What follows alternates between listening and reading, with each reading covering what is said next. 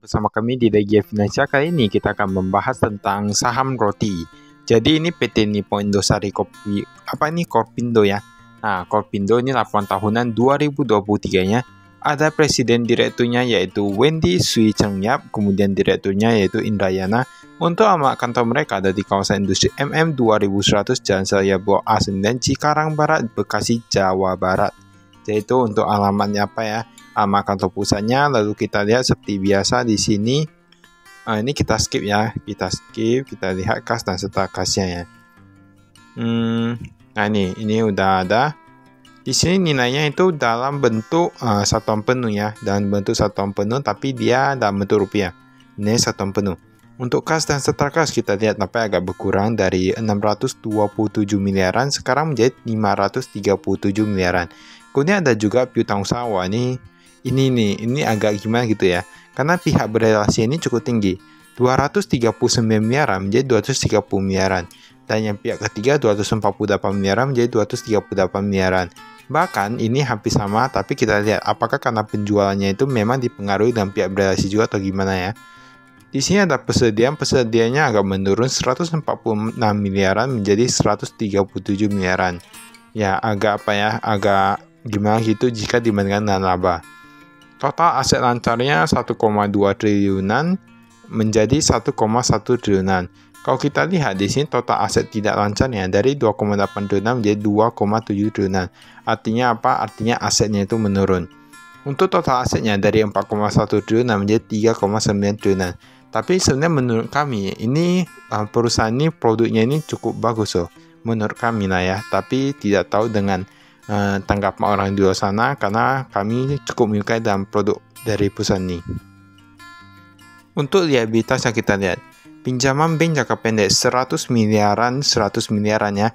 Dari kemarin tahun lalu gak ada. Lalu ada utang usaha pihak ketiga sudah mulai menurun dari 200-an miliaran sekarang menjadi 172 miliaran. Untuk pihak berrelasi kita lihat ini menurun dari 61 miliaran menjadi 46 miliaran. Utang lain-lain, ini utang lain meningkat sedikit 135 miliaran menjadi 146 miliaran. Total hutang jangka pendeknya dia meningkat sedikit ya, dari 612 miliaran menjadi 669 miliaran. Tapi kita lihat untuk overall ya, untuk totalnya, karena kan yang penting itu totalnya. Ini bisa saja dari jangka panjang dia udah menyentuh 1 tahun, jadi dia masuk ke jangka pendek. Jadi kita lihat juga untuk yang jangka panjangnya. Karena itu cukup penting ya, kita lihat totalnya saja. Di sini ada pinjaman bank jangka panjang dari 497 miliaran menjadi 498 miliaran. Jadi meningkat sedikit, dan kalau kita lihat tampaknya jangka panjang juga meningkat.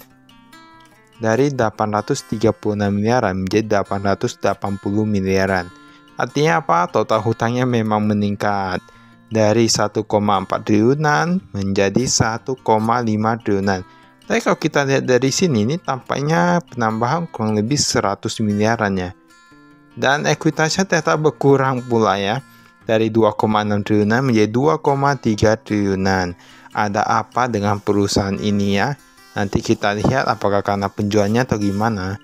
Tapi setahu kami memang kalau sari roti itu, mereka buatnya itu memang nggak terlalu banyak bahan pengawet. Jadi maksudnya dia nggak tahan lama loh. Nah mungkin itulah yang menjadi masalahnya, tapi kita lihat nanti. Ini pendapatannya. Pendapatan dari 3,9 triliunan menjadi 3,8 triliunan. Wah, berarti dalam 1 tahun ini dia tidak bertambah pendapatannya, tapi malahan berkurang. Dan bahkan beban pokok penjualan dia berkurang. Dan dia berhasil mengimbangkan lah kurang lebih gitu ya. Tapi labanya masih berkurang dari 2,08 triliunan menjadi 2,06 triliunan. Lalu kita lihat beban usahanya. Beban usaha pun meningkat. Untuk laba periode berjalan kali ini 333 miliaran. Dari kemarin tahun lalu 400-an miliaran, sekarang menjadi 300-an miliaran. Tapi memang kita lihat memang ada terjadi penurunan laba ya. Untuk yang pemilik entitas induk pun berkurang dari 432 miliaran sekarang menjadi 333 miliaran. Padahal menurut kami kalau produknya bagus itu seharusnya perusahaannya itu keuangannya bisa bagus ya. Tapi kita lihat sebenarnya apa akar permasalahan dari perusahaan ini. Penerimaan dari pelanggan 3,8 triliunan. Wah, ini bahkan meningkat loh penerimaan dari pelanggan menjadi 3,9 triliunan. Penerimaan dari penghasilan bunga, ini meningkat juga dari 10 miliaran menjadi 11 miliaran. Bahkan ini pajak kemarin ada, sekarang nggak ada ya. Pembayaran untuk gaji bahkan meningkat 685 miliaran menjadi 769 miliaran. Pembayaran kepala pemasok berkurang. Wah, ini sebenarnya gimana ya? Ibaratnya kita lihat kan labanya itu kurang lebih 300 miliaran kalau tidak salah. Tetapi kita perlu lihat juga persediaannya. Persediaannya itu berkurang berapa? Jika persediaannya itu berkurang, itu artinya kan dia ada mengurangi untuk kepala pemasok bebannya. Berarti labanya itu sebenarnya bisa lebih kurang lagi ya. Jadi kita boleh itu juga. Kalau ini kas, kalau ini kita skip dulu ya. Nah, ini ada nih Dewan Komisaris. Kita lihat Dewan Komisarisnya, Presiden Komisaris ada Beni Setiawan Santoso. Kemudian direksinya, Presiden Direktur ada Wendy Sui Cheng Yap, Direktur Alina Sofia, kemudian Direkturnya Ida Apudia Simatupang, dan lain-lain ya.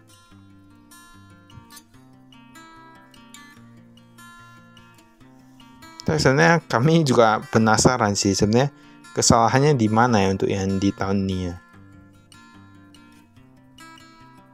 Tapi memang setahu kami untuk dalam 1 tahun terakhir memang agak cukup sulit untuk menemukan produk sayur roti lagi. Walaupun memang kalau kita katakan di Indomaret ada, tapi kadang bisa kosong atau gimana gitu ya. Kebanyakan di daerah seperti pegunungan itu kami lihat masih banyak, tapi untuk perkotaan agak mulai sedikit. Mungkin tak kalah besarnya atau gimana. Kita lihat ini kas di bank.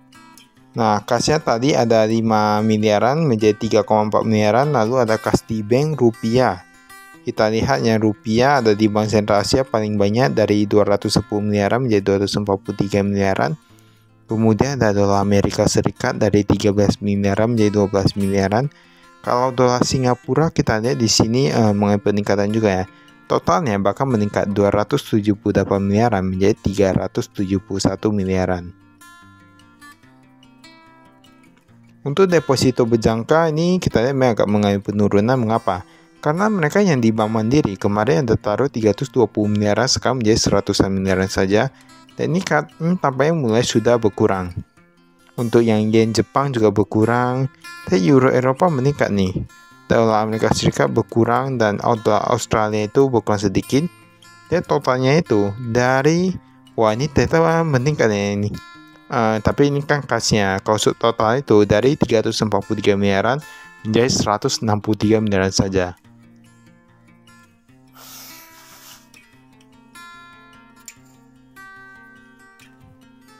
Kemudian kita lihat di sini ada piutang usaha, penggelanggan dalam negeri dan lain-lain. Nah, ini kalau mau dibilang ya, mungkin karena mereka penjualnya itu pakai tahu di Indomaret atau gimana gitu, atau jualan di jalan. Ini kayaknya cash flow-nya agak bagus ya. Dari 600 miliaran menjadi 700 miliaran, tapi ini jika dibandingkan dengan yang lancar, ini masih agak jauh. Jadi mau dibilang sebenarnya cash flow-nya ini bagus. Kan ini lebih dari 3 bulan loh, cuman ratusan miliaran dari jangan ratusan juta dari ratusan miliaran.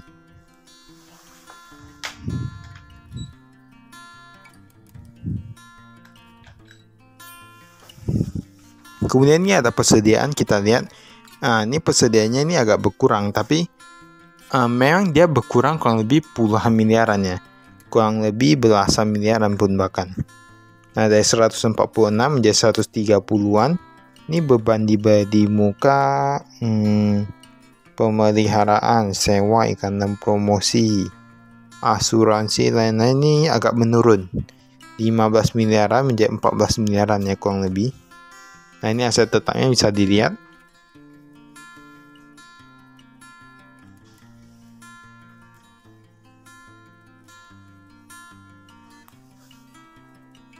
Mungkin kalah besarnya kalau mau kita bilang ya. Ini ada tanah, bangunan, dan pengembangan mesin dan peralatan. Ini ada penambahan paling banyak di aset dalam penyelesaian. Wah, ini tampaknya ada bangun sesuatu nih. Oh, ini ada mesin bangunan ya. Tapi jujur kami merasa nih brand ini bagus loh. Ini ada investasi jangka panjang. Kepemilikannya nggak ada yang berkurang, ada yang Cafe Bene. Kemudian ada PT Mitra New Green. Nggak ada berkurang sih kepemilikannya. Nah, ini ada laba ruginya. Wah, ngakak ini. Ini ruginya 500-an juta ini ya. Bagian atas laba rugi tahun berjalan.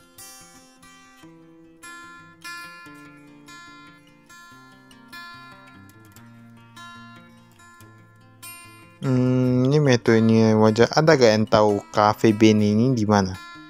Cafe Bene Co Ltd ya tadi ya. Ini investasi jangka panjang. Nah, ini ada disebutkan Cafe Bene didirikan pada 17 November 2008 yang berkedudukan di Korea Selatan dan bergerak di waralaba kopi. Wah, ini kayaknya mereka ada investasi di sana juga ya. Tapi menurut kami entah mengapa kalau mau dibilang kayaknya nggak gitu gampang ya industri makanan ini. Kecuali kalau dia bertumbuh terus, franchise bertumbuh terus, nah itu mungkin bisa. Tapi tetap ada namanya titik kejenuhan ya. Ini ada utang usaha. Kita lihat utang usaha yang rupiah dari 198 miliaran menjadi 172 miliaran. Oke. Ini yang pihak ketiga, yang pihak berelasi ini pun berkurang. Nah, ini perpajakan.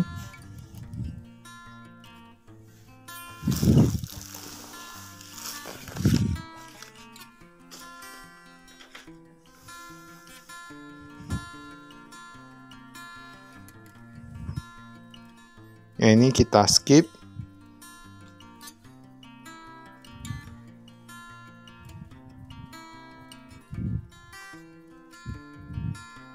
Ini apa nih? Analisa jatuh tempo dari manfaat pensiun. Nah, ini bisa dilihat nih. Ini jumlahnya ini yang pensiun berapa kerja sampai berapa tahun dapat berapa ya. Nah, ini modal sahamnya. Ini kita lihat dulu jatuh tempo 200 di atas 20 tahun. Nah, ini ada berapa nih?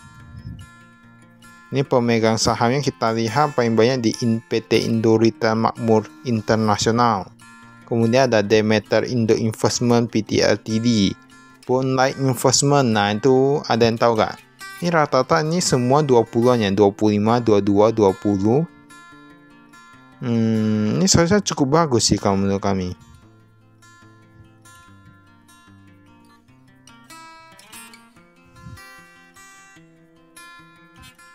Nah, ini ada dijabarkan juga mereka paling banyak dapat di mana. Tampaknya di wilayah timur ya. Wilayah timur mereka menghasilkan laba 261 miliaran. Walaupun penjualannya itu agak lebih sedikit dari yang tengah, tapi tengah menghasilkan cuma 90 miliaran. Untuk yang barat, dia sedang-sedang, tapi dia menghasilkan pun paling kecil, 75 miliaran, berarti paling banyak untung di wilayah timur. Ini luar biasa loh, berarti pangsa pasar di wilayah timur itu cukup besar. Jadi kan mungkin ada beberapa masyarakat yang berpandangan bahwa wilayah timur itu agak gimana gitu. Nah, tapi kalau kita lihat berdasarkan dari penjualnya, ini bahkan lebih bagus yang di wilayah timur, menghasilkan keuntungan yang cukup besar, 261 miliaran. Besar gak itu dibandingkan dengan 90 miliaran yang dari penjualan 2 triliun. Ngakak ya. Ini kita lihat di sini ada pendapatannya.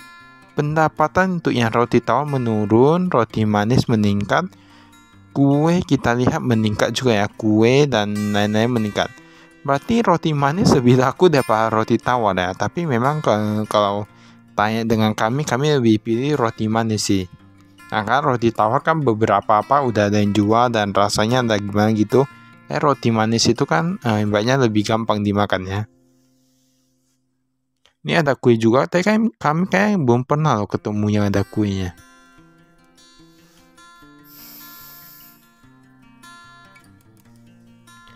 Ini pendapatannya. Nah, paling banyak dari mana? Ini beban penjualan. Nah, ini nih. Inilah yang perlu kita ketahui. persediaan kadaluarsa atau cacat mencapai 316 miliaran dari 227 miliaran. Bayangkan tadi kalau misalnya ini yang persediaan kadaluarsa atau cacat, mereka bisa kurangi menjadi lebih kecil, tentunya itu akan menjadi laba kan. Karena kan bebannya berkurang, otomatis labanya meningkat. Itu merupakan aturan dasar.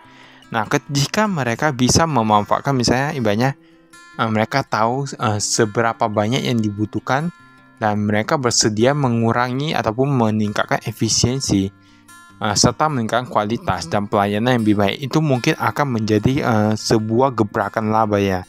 Kalau mau kita lihat ya, kalau mau kita bilang ini tidak saja mencapai 316 miliar tadi, kalau seperti tahun lalu mungkin saja labanya sekarang sudah lebih besar daripada tahun lalu.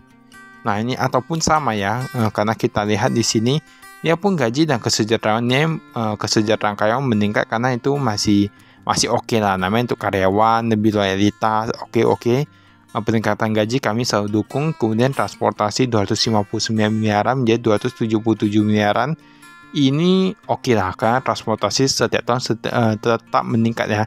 Tapi karena promosi kayak ini berkurang, 231 miliaran menjadi 211 miliaran. Namun kami berpikir ini sebenarnya kalau ikan dan promosi kan bisa berbagai cara, tidak perlu mengeluarkan uang dan jual yang lebih besar. Yang penting itu gimana produknya itu bisa tidak terlalu banyak diproduksi jika memang kita tahu itu akan dibuangnya. Itu seperti itu menurut kami.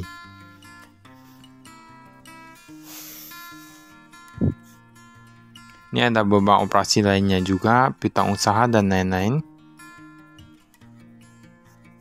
Tapi memang banyak itu ya. Banyak roti yang kadaluarsa ada sampai 300-an miliaran. Sebenarnya ini menurut kami ini perusahaan yang bagus. Mengapa? Berarti mereka memang ibaratnya seperti tidak menggunakan bahan pengawet gitu ya. Kalau mungkin ada pun kayak agak dikit sekali ya. Ini berarti kan produknya itu sehat. Baiklah, itu saya dari kami. Sekian dan terima kasih. Saya investasi.